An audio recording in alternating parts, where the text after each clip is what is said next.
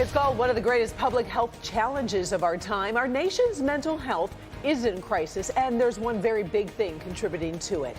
Good evening. Experts say it is a crisis, and it's made worse by the COVID pandemic and the growing impact of social media, particularly on our young people. Yeah, this week the current U.S. Surgeon General and all of his living predecessors met to discuss the mental challenges Americans are facing.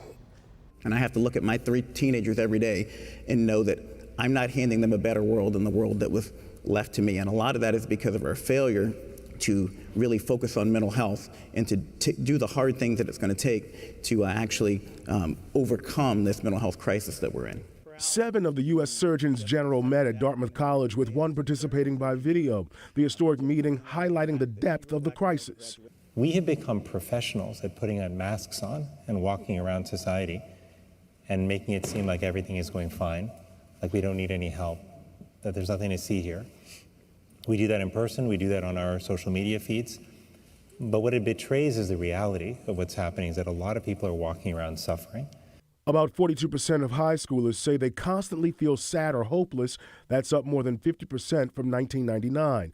41% of undergrads reported overall depression, and 14% reported suicidal ideation in the past year.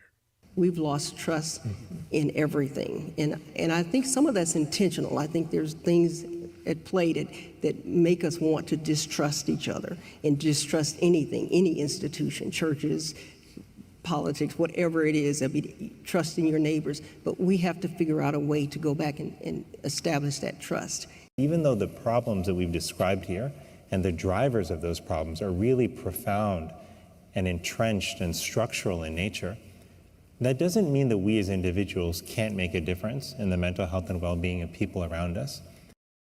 Now, that group said it's critical to create better safety standards for social media, train more mental health providers, and cover more of the cost of mental health care. They also urged everyone to be kinder to each other and also to be supportive of the people in our lives.